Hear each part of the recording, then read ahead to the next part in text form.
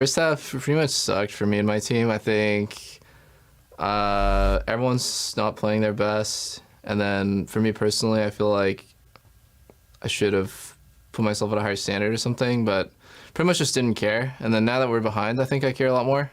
I think I realized when we started losing a lot that I care about my reputation, and I don't have like an indestructible reputation just because I won so many times domestically. I don't want people to look at my play and be like, wow, he sucks now. Now that we have the rest of the split to go, like 9 something more games like that, the other 50%, I feel pretty good because we're actually in a shitty position, and I haven't been in a bad position like that in a long time. So I really welcome the change of pace, and I like feeling like, oh wow, the pressure's on. We might not make playoffs, or like, you know, we might not especially be like top 2. I think that's like really unrealistic now. And actually, I think like if you just look at the way we're playing, we're not even really a top team anymore. So I think it's really cool. I think I need the stress in my life a bit to feel motivated. Direction, of course, we saw Double F tweet just yesterday that he can't play today because of laryngitis. So Tactical is in for Team Liquid. We'll see if he can fill the biggest shoes that an AD carry could have in North America, which is Double Lift himself. Yeah, this is a very scary prospect for Team Liquid to sub out Double Lift since they're at 4-6 right now. But luckily for them, Tactical actually has a pretty good history here. At Scouting Grounds, he was top 5 prospect. In 2019 Spring Academy with TSM, they won the championship in his first Academy split. He doesn't have any LCS games on stage, but you do play on stage for the Academy finals. And if you play against a really good team, you cannot get away with scaling because they will just pick an early game team comp and destroy you in 20 minutes. But if the team is not good enough to like pick for early game and just end the game clean in 20-25 minutes, which we haven't been able to do because we're just not there yet. So therefore I feel like usually in the beginning of Spring Split, when teams are not that great compared to later in the year, you get a lot of wins from just scaling basically, because you don't even have to play the game properly, you just have to defend kind of for half an hour, and then you will automatically win if you have a better scaling comp, if the enemy team is not good enough. So that's basically how I see it and how I think League has been for a long time. If you want to get wins in early spring, just pick for scaling, but if you want to be a good team and do something internationally, you shouldn't be playing that way. Maybe we've been trying a bit too much to play these hard to execute comps, but I think it's still not bad because that's the way you learn and get better as a team, by trying to like challenge yourself and actually have to do a lot of things right to win the game.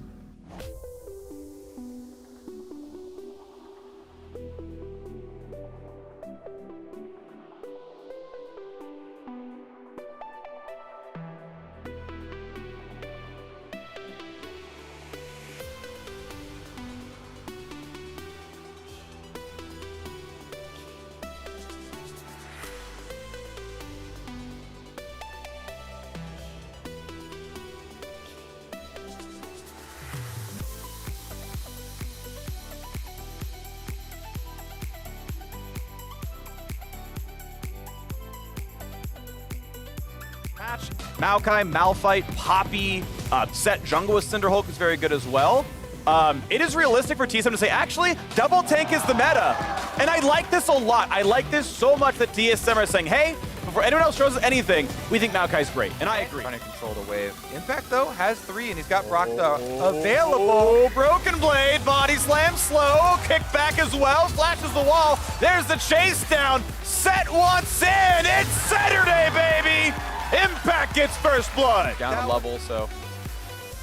Another look at it, but yeah, man, that timing, he just got around the corner. Broken, but you see that minion that he trailed over to? Impact had the melee on him, so he was able to get the stun. That was, I wonder if he actually could have gone for a Sedge ulti there, but it's at least poke on a Biofrost. Bullet time forces the flash away as well. Prom sets it up, and Jensen knocks it down. Towards TSM's turret. All right, and again, the Zoe bubble on the bottom of your screen is a big thing to watch here, because Tactical ults to get a decent amount of range there. He falls asleep just on the edge of that MF ult, though, and Core JJ can follow it up with the Braum stun to make sure they cut that healing down. He's pretty durable. Now a dive onto the turret. Look at the layered crowd control. Jensen is able to flash away. Re-engage towards BEAUZ, they push him back in, but there's no kill to be had. And looks like they're actually going to try and force off of this second Rift Herald. All right, that is a sleep coming over. Will there be a real fight? Poke's not going to land for much. BEAUZ goes for the root, but Jensen gets right back out. I think they cannot give this one away to TSM if they can help it. Got to look for a fight at the bottom lane. They got to slow on a Biofrost, but now have to retreat as the TPs come in. BEAUZ in a melee range lanes. The Q could be slowed. Is stunned now as well. Pulled right back in, forced to flash away. When is the re-engage? Decent damage comes out. There's the stun. Big hits towards Broxa.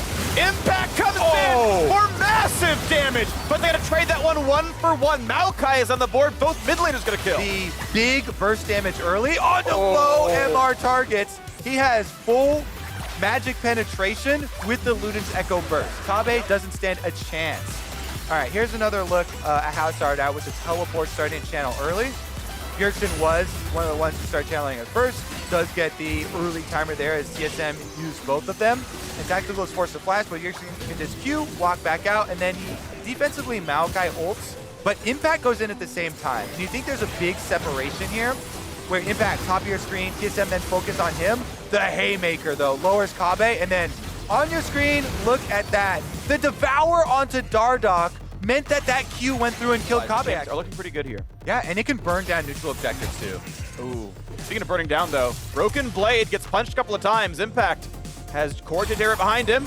There's the ult for a bit of crowd control. Wants to find the rest of this one as Broken Blade was slowed. He's pulled back in, and the self-ult is just not going to be enough. Haymaker slightly early. Doesn't matter. Impact grabs the kill. 5,000 gold advantage now. That is almost insurmountable. Even with the KO, this starts to feel a little bit out of reach.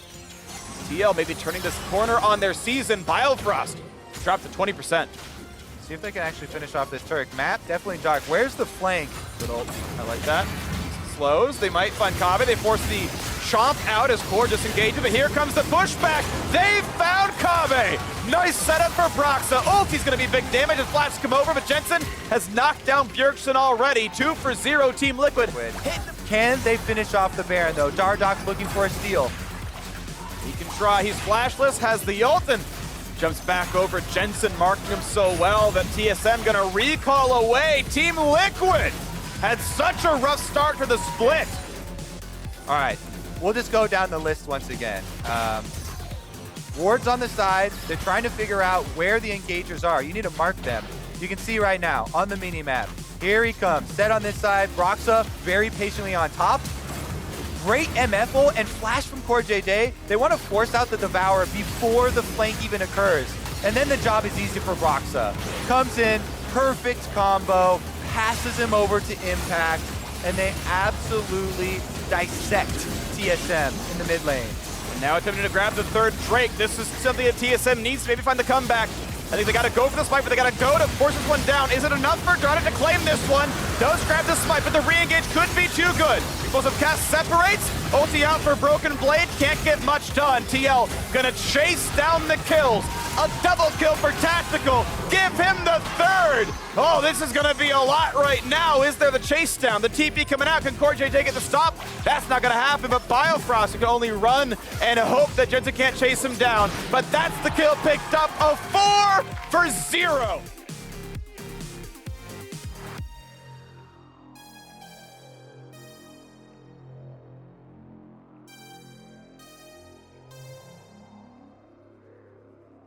They've got 2 inhibitors down, Freak. Even though so much is working against them, they do have 3 dragons after all. The smite was hit. Let's take a look at the setup. Team Liquid moving in slowly with the Baron buff for themselves. They don't have to pressure ahead. They know that they can go for the 50-50 there, and it's a big showstopper to start it out. They get the slow, they get the engage onto Kabe and force the Devour. Even though Dardoch hits that ulti, and even though the cast from Gragas actually gets them out of the Haymaker, Team Liquid still can sweep in through the river and finish everybody off as they're all split. Yeah, able to engage so aggressively that there's never really time for the backline to free hit. You're just not getting that Rage Blade damage out of the Varus. You're not really getting, I mean, the Nash is not even done yet, but you're not getting the auto attack damage out of the Kayle either. A long fight should technically favor. Tactical gets his debut in the LCS with maybe a win over the winningest org in LCS history. His old org from last year. won an Academy Championship. TSM won a bunch of LCS titles. Team Liquid going for their 5th straight, beginning of this split, but it's a long uphill road for them. As BEAUZ's ult comes out, they all line up in the middle. Only one person gets tagged, and now it's time to go yet again to knock down the base, to take down the final Nexus turret. Stun's gonna land. Impact's pretty safe. Here comes the hard dive. Bullet time on the one. BEAUZ running out of health. Explosive cast brings in the top Kench, and this could be kills. Kabe's gone. BEAUZ gonna be next up to get killed. That's 2 for 0 already for Impact as they are forced back to the fountain. Team Liquid forced the retreat. They look for the next minion wave to push yet again as the mid lane clear comes through. They get the kill in a broken blade yet again. The fountain is not enough to keep TSM alive. The Nexus turrets will fall. Then Team Liquid will find their 5th win in 2020. Broxa looking good over there on the Gragas. Yeah. Critical early gank onto the Kale. Changes the face of this team composition. Just completely takes away one of the big points TSM are banking on for later. Makes them have to sacrifice Maokai teleport, Maokai CS, plus more jungle attention. Broxa as well later on into the game with a lot of big Gragas ultimates. And that flank around mid, where Team Liquid just get them from both sides. Really well played as a team. Tactical, unkilled in the LCS. Yep. 100% win ratio. 8 KDA. Infinite KDA. Okay, sure. I give it to him. Okay. And I actually love that before.